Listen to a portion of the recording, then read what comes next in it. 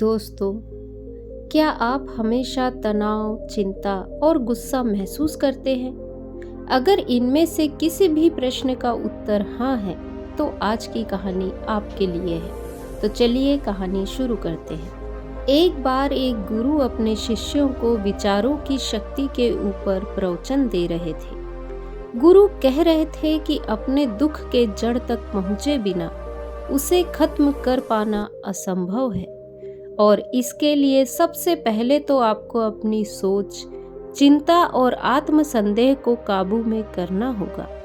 ध्यान रहे, आपकी सोच आपकी कल्पना से भी ज़्यादा शक्तिशाली होती है और आपका मन आपकी असल खुशी का सबसे बड़ा दुश्मन होता है।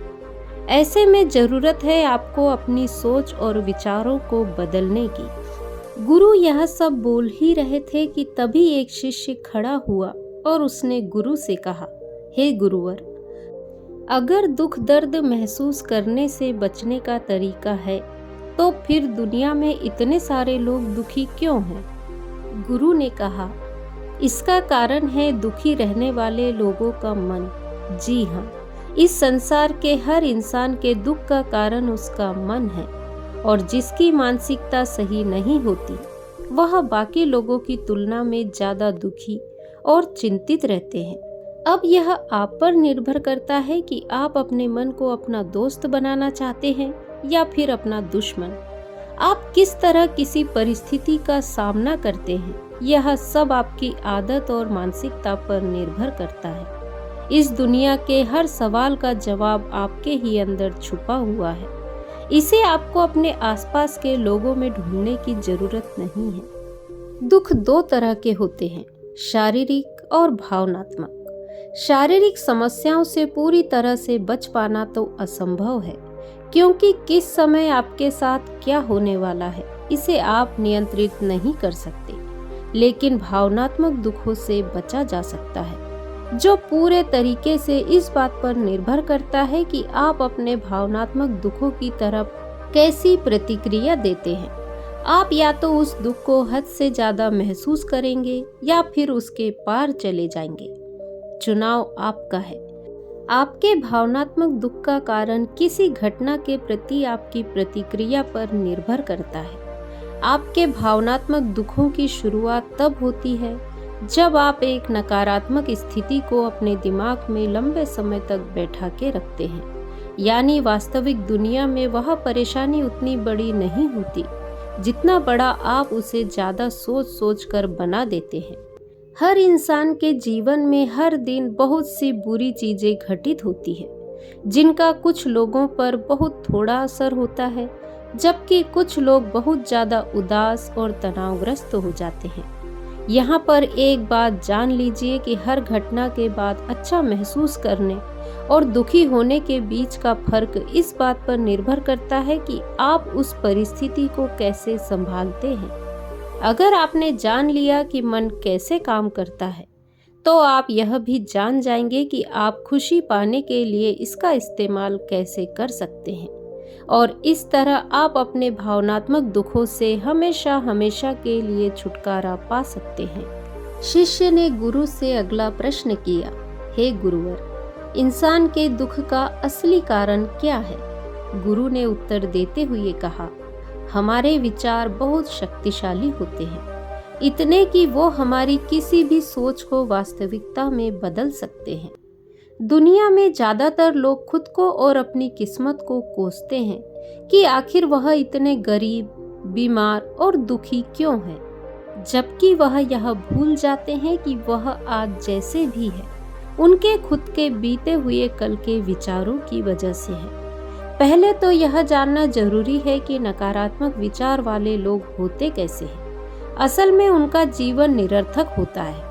वह हमेशा गुस्सा, डर, चिंता और अविश्वास में जीते हैं, जिसकी वजह से वह अक्सर अजीबोगरीब स्थिति में फंसकर गलत फैसले ले लेते हैं। इसके विपरीत सकारात्मक सोच वाले लोग खुशी, प्रेम, समृद्धि, सुख और सफलता को अपनी ओर आकर्षित करते हैं। उन्हें देखकर ऐसा लगता है जैसे सब कुछ उनके नियंत्रण में है।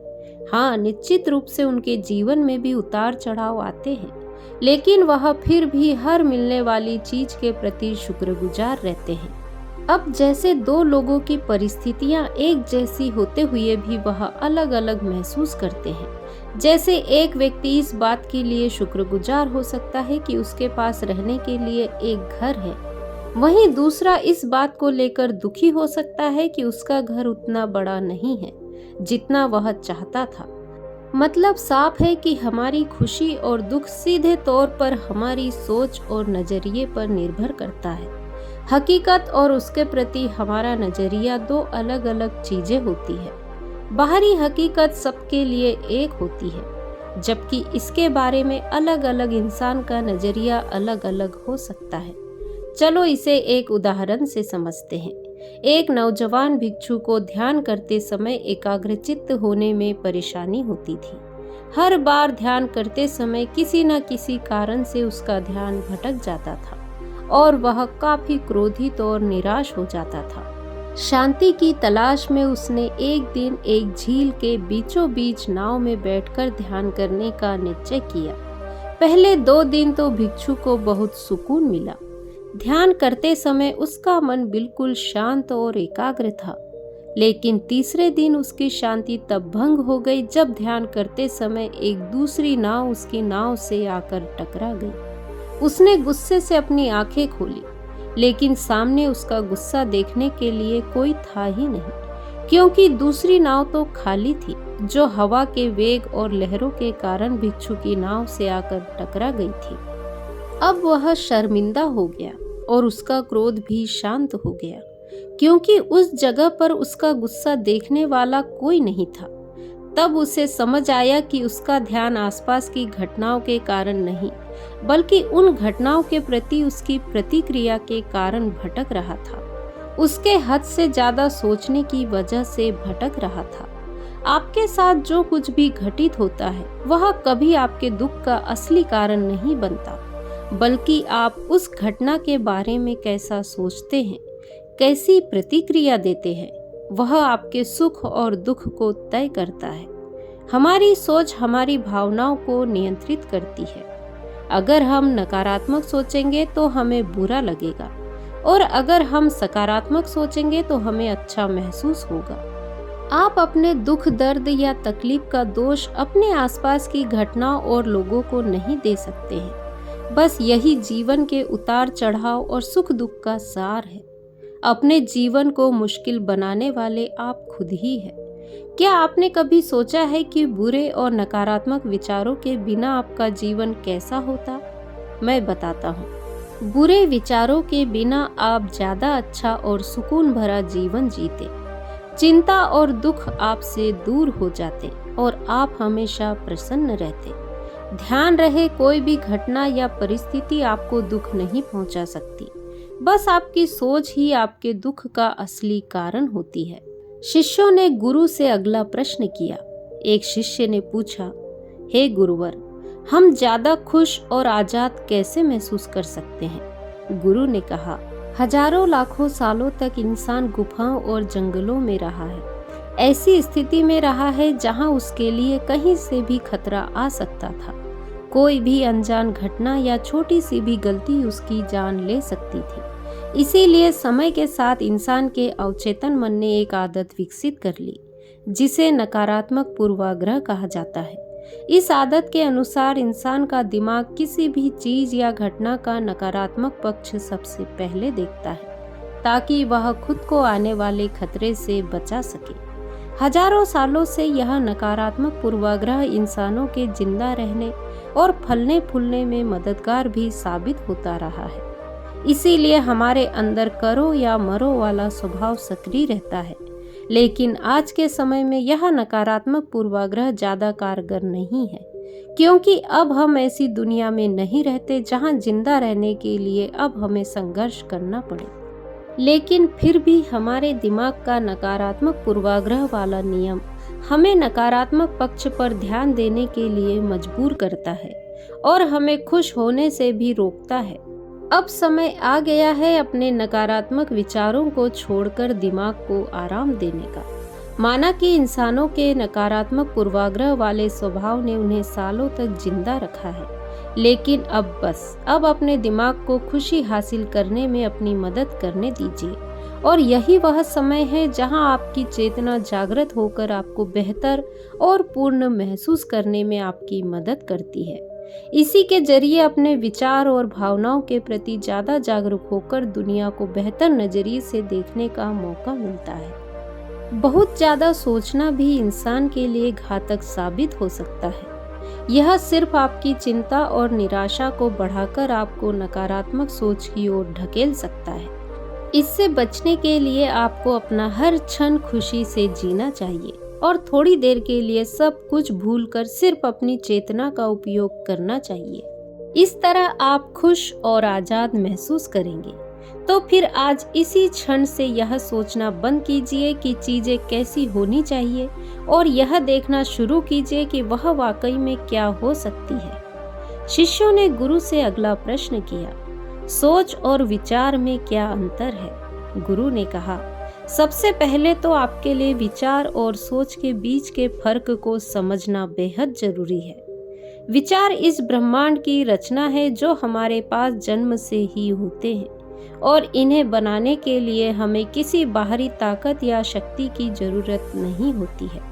हमारे मन में हर दिन हजारों विचार आते हैं जिनमें ज्यादातर समय हमारा कोई नियंत्रण नहीं होता है।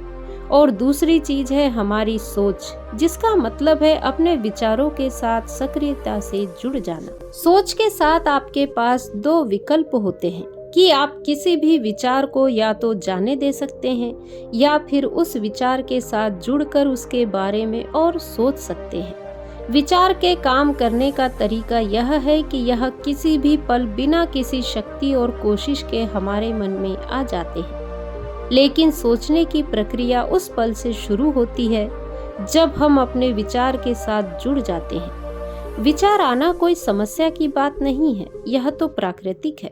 समस्या तो तब शुरू होती है जब आप इसके बारे में ज्यादा सोचना शुरू करते हैं। किसी भी चीज या स्थिति के बारे में आपके विचार कैसे हैं, उसी से आपकी भावनाएं बनती है। विचार और सोच दो अलग चीजें हैं, इसीलिए अपनी भावनाओं के लिए अपने विचारों को दोष देना बंद कीजिए और अपनी सोच पर ध्यान दीजिए। यह मान लीजिए कि आप अपने विचारों को तो नहीं रोक सकते हैं, लेकिन अपनी सोच को जरूर बदल सकते हैं। अच्छे विचारों के बारे में सोचिए और याद रखिए कि आप किसी ऐसी चीज को लेकर दुखी नहीं हो सकते हैं जिसके बारे में आप सोचते नहीं हैं। शिष्यों ने गुरु से अगला प्रश्न किया, हे गुरुवर, हमारी सोच हमारी भावनाओं पर कैसे असर डालती है और इसे रोकने के लिए हम क्या कर सकते हैं? गुरु ने कहा, नकारात्मक भावनाएं आमतौर पर तब पैदा होती है जब आप किसी चीज के बारे में बहुत ज्यादा सोचते हैं। हाँ, कभी कभी ये आपकी सुरक्षा के लिए भी हो सकती है, जैसे रात में बाहर जाते समय डर महसूस होना, लेकिन ज्यादातर समय यह आपको तनाव और चिंतित ही महसूस करवाते हैं। जब आप किसी बुरी चीज या बुरी घटना के बारे में सोचते हैं, सिर्फ तभी आपको बुरा लगता है। आप जैसा सोचते हैं वैसा ही महसूस भी करते हैं। ज्यादातर लोगों के दिमाग में यह भ्रांति है कि नकारात्मक सोच से दूर रहने से सब कुछ ठीक हो जाता है। वह मानते हैं कि जितने सकारात्मक विचार सोचेंगे उतने खुश रहेंगे, लेकिन ऐसा सोचना पूरी तरह से सही नहीं है। असल में अच्छा और खुश महसूस करने की चाबी है कुछ भी नहीं सोचना। आपको शायद विश्वास नहीं हो रहा होगा, तो आइए इसे एक छोटे से प्रयोग से समझते हैं। आप सब जरा अपने जीवन के सबसे खुशहाल पलों के बारे में सोचिए। अब उस समय अपने दिमाग में चल रहे किसी विचार को याद करने की कोशिश कीजिए। क्या आप उन्हें याद कर पा रहे हैं? मैं बताता हूँ, नहीं कर पा रहे होंगे। आपको याद नहीं होगा कि आप उस क्षण क्या सोच रहे थे, क्योंकि उस समय आपके दिमाग में कुछ भी नहीं चल रहा था। आप बिल्कुल भी नहीं सोच रहे थे, आप बस उस पल को जी भर के जी रहे थे। बात स्पष्ट है कि जब आप सोचना बंद कर देते हैं तो आप बस खुश रहते हैं, आप दोबारा से जी उठते हैं। इसीलिए याद रहे कि आपके दुखों की जड़ मन या नकारात्मक मानसिकता नहीं, बल्कि आपकी सोच है।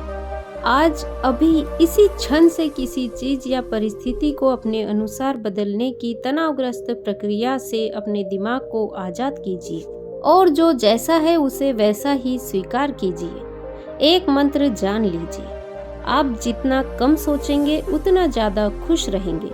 शिष्यों ने गुरु से अगला प्रश्न किया, हे गुरुवर, ज्यादा सोचना कैसे बंद करें? गुरु ने कहा, ज्यादातर लोगों को यह लगता है कि सोचना बंद करने के लिए उन्हें अपने विचारों को आने से पूरी तरह रोकना होगा, लेकिन यह मुमकिन नहीं है। विचारों को रोकना अपने आप को सांस लेने से रोकने के जैसा है। आप यह बिल्कुल भी नहीं कर सकते हैं। आपको सिर्फ खुद को सोचने से रोकना होगा, विचारों को आने से नहीं। विचारों को आने से रोका नहीं जा सकता। आप यह अंदाजा भी नहीं लगा सकते कि वह कब और कहां से आएंगे, लेकिन आप इनके साथ खुद को जोड़ने से जरूर रोक सकते हैं। विचार आया और चला गया, आपने उसके बारे में कुछ भी नहीं सोचा। इस तरीके से आप खुद को विचारों से अलग कर सकते हैं। हाँ, इसका यह मतलब भी नहीं है कि आप पूरी तरह से सोचना ही बंद कर दीजिए। मस्तिष्क सोचने के लिए ही बना हुआ है और यह हमारे स्वभाव में होता है। आप वास्तव में तो सोचने से खुद को भी नहीं रोक सकते। तो सवाल यह है कि आप क्या कर सकते हैं? आप यह कर सकते हैं कि आप सोचने में लगने वाले समय को कम कर सकते हैं और इस प्रक्रिया में पहला कदम जागरूक होना होता है। आपको यह जरूर पता होना चाहिए कि आपको कब खुद को ज्यादा सोचने से रोकना है। ज्यादा सोचने का सबसे आम लक्षण तनाव और असहज महसूस करना होता है। तनाव और असहजता जैसी भावनाएं आमतौर पर तब आती है जब आप किसी स्थिति के बारे में हद से ज्यादा सोचते हैं। जब भी आप खुद को कुछ ज्यादा ही सोचते हुए पाएं, तो तुरंत अपने आप को इससे अलग कर लीजिए। एक गहरी सांस लीजिए और अपने विचार से दूर हो जाइए। अपने दिमाग को शांत होने दीजिए। आइए इसे एक उदाहरण से समझते हैं। मान लीजिए कि आपके पास एक कटोरी गंदा पानी है। अब इस पानी को साफ करने के लिए आप क्या करेंगे? क्या आप इसे उबालेंगे या छानेंगे? ज्यादातर लोग या तो इसे उबालेंगे या छानेंगे, लेकिन इन सब से आसान यह है कि आप अपने आप पानी की गंदगी को नीचे बैठने दीजिए। कटोरी को शांति से रख दीजिए। ऐसा करने से गंदगी नीचे जम जाएगी और पानी अपने आप साफ हो जाएगा। ठीक यही नियम हमारे दिमाग के लिए भी लागू होता है। ज्यादातर लोग अपने दिमाग को शांत, स्पष्ट और खुश करने के लिए मुश्किल रास्ता खोजते हैं, जबकि आसान रास्ता हमेशा हमारे सामने ही होता है। देखिए, नकारात्मक भावनाएं सिर्फ और सिर्फ सोचने की वजह से ही पैदा होती है। जब हमारा मन अशांत या परेशान होता है तो हम सोचने लगते हैं, जबकि ऐसी स्थिति में आपको शांति से बैठ जाना चाहिए और अपने दिमाग को शांत होने देना चाहिए। ठीक उस कटोरी के गंदे पानी की तरह ध्यान रहे, जितना ज्यादा आप अपनी सोच से लड़ने की कोशिश करेंगे, उतनी ही आपकी भावनाएं मजबूत होती जाएगी, खासकर नकारात्मक भावनाएं। इसीलिए अपने दिमाग को अपने आप शांत होने दीजिए। ऐसा हो जाने के बाद आप धीरे धीरे अपने विचारों को पहचानिए और उनसे दूर होते जाइए। अंत में आप एक ज्यादा स्पष्ट और शांत मन पाएंगे। ध्यान रहे, ज्यादा सोचने की आदत से कम सोचने और खुश रहने की आदत को अपनाने के दौरान तनाव बिल्कुल भी मत लीजिए। सोचना बिल्कुल सामान्य बात है, लेकिन इसमें बहुत समय बिताना हानिकारक है। इसीलिए अपने हर पल को ज्यादा से ज्यादा जीने की कोशिश कीजिए। सोचने में समय बर्बाद मत कीजिए। हमेशा याद रखिए कि शांति पहले से ही आपके अंदर मौजूद है। आपको बस सोचना बंद करके इसे महसूस करने की जरूरत है। और यकीन मानिए, एक शांत मन आपको शांत और सफल जीवन की ओर लेकर जाएगा। शिष्यों ने गुरु से अगला प्रश्न किया, हे गुरुवर, क्या हम बिना सोचे जिंदा रह सकते हैं? गुरु ने कहा, अपने जीवन के उस पल के बारे में सोचिए जब आप अपने काम में पूरी तरह से ध्यानमग्न थे। वो समय जब आप अपने काम में इतना ज्यादा खो गए थे कि आपको अपने आसपास की ही कोई सुध नहीं थी। क्या आपको याद आया? अब जरा उस क्षण के अपने विचारों के बारे में सोचिए। क्या उस समय आपके दिमाग में कोई विचार आया था? मैं बताता हूँ, नहीं होगा, क्योंकि व्यस्तता के पलों में आप एक अलग ही अवस्था में चले जाते हैं। अपने काम में पूरी तरह से मग्न हो जाते हैं और इसे ही अपने काम के साथ एक होना या प्रवाह की अवस्था कहते हैं। और यह तब होता है जब आपको अपने काम से बहुत प्रेम होता है और इस स्थिति में आप सभी विचार और भावनाओं को भूल जाते हैं। जब कोई इंसान प्रवाह की अवस्था में होता है तब उस इंसान का ध्यान इतना गहरा होता है, यानी कि वह इंसान अपने काम में इतना मग्न होता है कि उस इंसान के दिमाग में उसकी उपस्थिति ही खत्म हो जाती है, यानी कि उन्हें खुद की मौजूदगी का भी पता नहीं रहता। इस अवस्था में ना तो आपको भूख लगेगी, ना ही प्यास, ना ही गर्मी और ना ही सर्दी। इस अवस्था में आपकी एकाग्रता चरम सीमा पर होती है और इस अवस्था में आप जो भी काम कर रहे होते हैं वह अपने आप पूरे होने लगते हैं, क्योंकि इस स्थिति में आपका अवचेतन मन काम कर रहा होता है और आप सिर्फ अपने काम पर ध्यान देते हैं। यह एक विचार शून्य अवस्था होती है जहां विचार, चिंता और संदेह के लिए कोई जगह नहीं होती है। समस्याओं का काम ही हमें शांति और खुशी के रास्ते पर जाने से रोकना है और किसी समस्या को पैदा करने में हमारी सोच और चिंता अहम भूमिका निभाते हैं।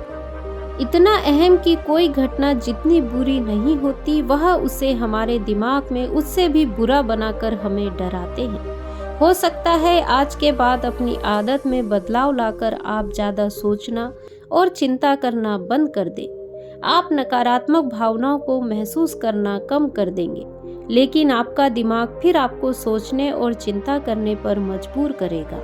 और ऐसा सिर्फ इसलिए होता है क्योंकि आपका दिमाग नए अभ्यास से अनजान है। जीवन की शुरुआत से आप जो कुछ भी कर रहे हैं वह है सोचना और चिंता करना। अब जब आपने उन्हें अपने दिमाग से हटा दिया है तो आपको असहज और अजीब महसूस होगा, और जब दिमाग में कुछ नहीं होता तो कुछ गलत लगना स्वाभाविक होता है। ऐसे में आपको इस प्रक्रिया पर और खुद पर विश्वास करने की सबसे ज्यादा जरूरत है। आप अपने दिमाग को बेवजह की चिंता और सोच से मुक्त ही रखिए। यकीन मानो यह जरूर काम करेगा। जिसके बारे में हमें पता नहीं होता उससे डर लगना स्वाभाविक है। जैसे विचार शून्यता की अवस्था से आपका दिमाग अनजान होता है, लेकिन यही वह अवस्था है जहां सबसे ज्यादा अनुभव और मौके मिलते हैं। यही वह अवस्था है जहां आप एक बेहतर इंसान के रूप में विकास कर सकते हैं। इसके बाद गुरु ने अपना प्रवचन समाप्त किया और शिष्यों को भी उनकी बात समझ आ गई। तो दोस्तों, आज की कहानी यदि आपको पसंद आई हो तो वीडियो को लाइक, शेयर, कमेंट करें और मेरे चैनल को सब्सक्राइब करें। नमो बुद्धाय।